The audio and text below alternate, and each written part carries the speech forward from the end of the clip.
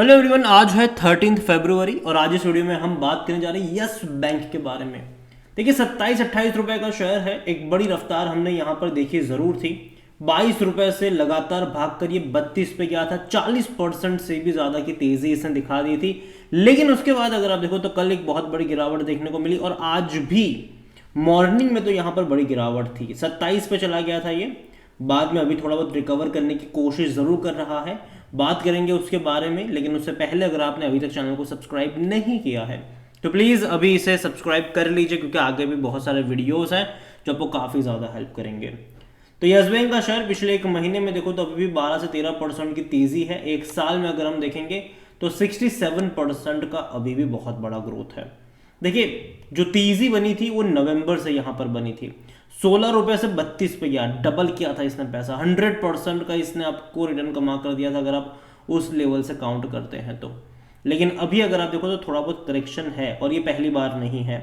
ऐसे करेक्शन बीच बीच में बने ज़रूर है। जब भी इसने बड़े अटेम्प्ट करे हैं तेज़ी दिखाने के, बीच बीच में करेक्शन बने ज़रूर है। हालांकि एक टाइम था जब ये 400 रुपये के करीब जा रहा था और अभी अगर हम देखें तो 27-28 रुपये के आसपास मिल रहा है। रीज़न ये है कि काफ़ी सारे शेयर्स की यहाँ पर डंपिंग करी गई है। जब अभी हाल फिलहाल में ये जो 32 रुपये के आसपास ट्रेड कर रहा था ना, तो इसका जो मार्केट कैप था वो 90,000 करोड़ तक चला गया था। ये उतना ही मार्केट कैप था जब शेयर 400 रुपये के आसपास जब ट्रेड कर रहा था आज से पहले, तब इसका मार्केट कैप 90,000 करोड़ का था। अब जब 32 पे जाने के बाद भी इसका मार्केट कैप 90,000 करोड़ हो गया, जिसका मतलब सीधा सीधा ये है कि कई सारे शेयर्स की यहाँ पर डंपिंग करी गई है। कई सारे शेयर्स की यहाँ पर डंपिंग करी गई है जो कि जस्टिफाई नहीं है। यहाँ पर वॉल्यूम का भी बहुत बड़ा गेम है। 25 करोड़ से भी ज़्यादा के शेयर्स आज यहाँ पर ट्रेड होते नजर आए। बड़ी क्वांटिटी में शेयर्स की यहाँ पर ट्रेडिंग चल रही है। According to Moneycontrol user 83% लोग कह रहे हैं खरीदारी करो, 17% लोग कह रहे हैं बेचो और भाग जाओ। और अभी हाल फिलहाल में इसका जो मार्केट कैप है वो तकरीबन 80,000 करोड़ के आसपास का इसका मार्केट कैप है अभी गिरावट के बाद। और देखा जाए तो कंपनी ने ऑल टाइम हाई 404 का लगाया था, ठीक है, तब अच्छे खासे दिन चल रहे थे इनके। और जहां तक बात करी जाए इस कंपनी को लेकर, वैल्यूएशन को लेकर अगर हम बात करने की कोशिश करें तो 79 का पी है। और यही वजह है कि भाई साहब महंगा है ये। और सेक्टर पी 19-20 का है। कोई भी एनालिस्ट खरीदारी की बात नहीं कर रहा है। देखो मुझे ये बैंक अच्छा लगता था जब ये 12 पे था, 13 पे था, 14 पे था, 15 पे था, 16 पे था, 17 पे था, 18 पे था। लेकिन जैसे ही ये 30 रुपए के ऊपर निकला, कहीं ना कहीं वहां से रिस्क टू रिवॉर्ड रेशियो अगर आप देखो तो काफी महंगा हो जाता है। और यही वजह भी है कि यस बैंक को लेकर मेरी लॉन्ग टर्म की रिकमेंडेशन जरूर रहेगी, लेकिन आपकी जो बाइंग प्राइस वो कभी महंगी नहीं होनी चाहिए। 12 पे था, मतलब 12 से लेकर 20 का लेवल कंफर्टेबल होता है बाय करने के लिए, ठीक है। लेकिन यहां से अगर ये 32 का मूव दिखा देता है, वो भी बहुत ही कम टाइम में, तब थोड़ा सा कॉशियस होने की जरूरत यहाँ पर जरूर पड़ती है। और जहां तक इनके फिनेंशियल्स देखेंगे तो अभी लास्ट क्वार्टर के जो नंबर है रेवेन्यू वाइज आपको अच्छे लगेंगे, लेकिन प्रॉफिट वाइज उतना बड़ा इंप्रूवमेंट नहीं है। 240 करोड़ के आसपास के इन्होंने मुनाफा कमाया, जबकि रेवेन्यू था 8,245 करोड़। मतलब रेवेन्यू लगातार बढ़ रहे हैं, लेकिन प्रॉफिट में उस तरीके का इंप्रूवमेंट नहीं आ पा रहा है जैसा आना चाहिए। तो ये कंसर्न यहाँ पर जरूर रहेगा इस कंपनी के लिए। और इनके प्रॉफिट में अगर आने वाले टाइम में जब बढ़ोतरी देखने को मिलेगी तब डेफिनेटली मुझे ये पसंद भी आएगा। लेकिन अभी भी मुझे लगता है कि देखो ये बर्बाद होने वाला बैंक नहीं है, ठीक है।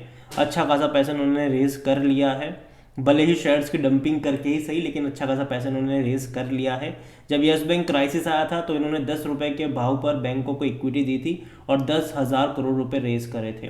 मतलब 1,000 नए शेयर इश्यू करे गए थे उस टाइम पर। उसके अलावा जब इन्होंने अपने शेयर्स को एफपीओ के जरिए इन्होंने रेज करा था, तकरीबन 12-13 रुपए का जो प्राइस रखा गया था और 15,000 करोड़ रुपए रेज करे गए थे उस टाइम पर। तो और पैसा उसके जरिए इन्होंने रेज करा हुआ था। और हाल फिलहाल में 2 बड़े फंड हाउस ने पिछले टाइम पे खरीदारी भी यहाँ पर करी हुई थी। इसके अलावा अपने जो लोन है, एनपीए है, उसको बेच कर भी पैसे इन्होंने कहीं ना कहीं जुटाया ज़रूर है। शेयर होल्डिंग को लेकर देखा जाए तो जो प्रमोटर है उनके पास कुछ भी नहीं है। प्रमोटर कौन? राणा कपूर एंड फैमिली, जो कहते थे कि वो यस बैंक के शेयर अपने बच्चे के बच्चों को देंगे। और इतना ही नहीं, उनके लिए ये गोल्ड माइन है। वो उनके इस स्टेटमेंट के 8 या 9 महीने में ही 140 करोड़ में यस बैंक के सारे शेयर्स बेच के निकल लिए वो तो यहाँ से। म्यूचुअल फंड के पास 0.14% का स्टेक है, 42.06% डोमेस्टिक के पास है। और देखा जाए तो अदर्स के पास 37.46% के, और ये अदर्स में बैंक आपको देखने को मिल रहे हैं। यहाँ पर FIs 23.79% का स्टेक लेकर बैठे और रिटेल और अदर की मिलाकर 34.01% की होल्डिंग है, जिनमें से रिटेल इन्वेस्टर 22.11% के साथ है। और देखिए अभी हाल फिलहाल में जो इतनी बड़ी तेजी आई थी उसकी वजह भी थी कि देखो यार यहाँ पर ना आरबीआई ने यस बैंक को आरबीआई ने HDFC बैंक को अप्रूवल दे दिया था यस बैंक में एडिशनल स्टेक खरीदने को लेकर। तो यहाँ पर अगर आप देखोगे तो अभी प्रेजेंटली जो यस बैंक के पास HDFC बैंक के पास यस बैंक का तकरीबन 5% के आसपास का स्टेक है। तो आरबीआई ने इनको अप्रूवल दिया था कि तकरीबन 9.50% तक का स्टेक खरीद सकते हैं यहाँ पर, और जिसके चलते यहाँ पर एक बड़ी तेजी भी कह सकते हैं कि देखने को मिली। इसके अलावा यहाँ पर एसबीआई को लेकर भी बीच में चर्चा मतलब आ रही थी कि एसबीआई अपने स्टेक्स यहाँ पर बेच सकते हैं, लेकिन यहाँ पर एसबीआई ने अपने स्टेक बेचने को लेकर मना करा कि नहीं भैया वो कोई स्टेक यहाँ पर बेच नहीं रहे हैं। यहाँ पर देखो SBI refuted the report that it was looking to a pair of part that मतलब जो स्टेक बेचने को लेकर है। यहाँ पर करंटली अगर हम देखें तो एसबीआई यहाँ पर बहुत सारा स्टेक लेकर बैठे हैं, तकरीबन 26.13% का स्टेक एसबीआई के पास है।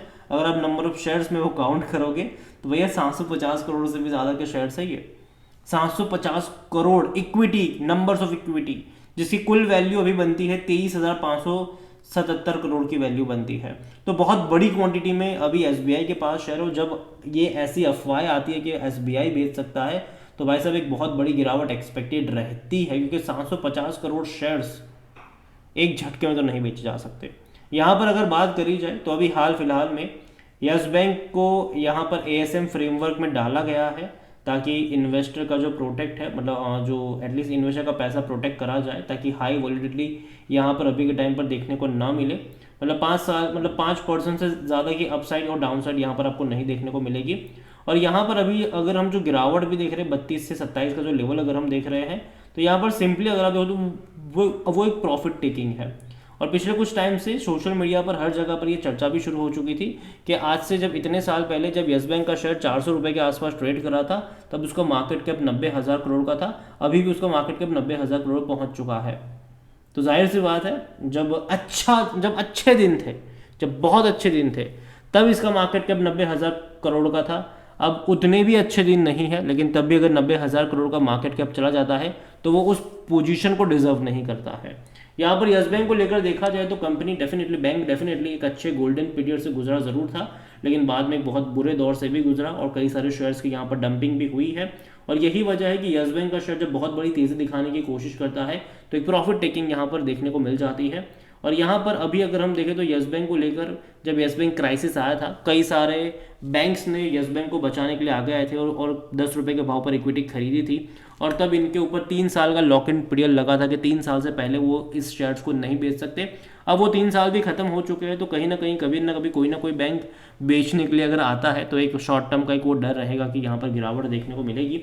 लेकिन अगर मैं इसका ग्राफ देखूँ तो मुझे लगता है कि यस बैंक में खरीदारी के जो मौके हैं वो आपको बनते नजर आ सकते हैं अगर ये दोबारा 22 रुपए के रेंज के आसपास अगर आपको देखने को मिल जाए।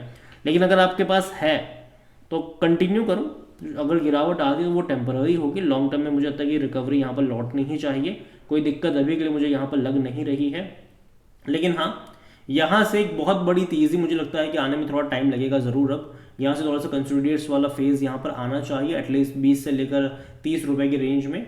और जो बाइंग की अपॉर्चुनिटी जो बनेगी यहाँ पर वो 20 रुपए से लेकर 22 रुपए के आसपास यहाँ पर बनती नज़र आ सकती है, तो वहाँ पर आपकी नज़र होनी चाहिए। और अगेन मैं कहूँगा कि ये मेरा ओपिनियन है, कोई बाय सेल रिकमेंडेशन नहीं है। वीडियो को यहीं पे एंड करूँगा। पसंद आया हो तो लाइक करो, शेयर करो, चैनल अगर पहली बार है तो प्लीज़ सब्सक्राइब करें। और यस बैंक के बारे में आप क्या सोचते हैं वो भी आप मुझे कमेंट में लिखकर बता सकते हैं। Thank you.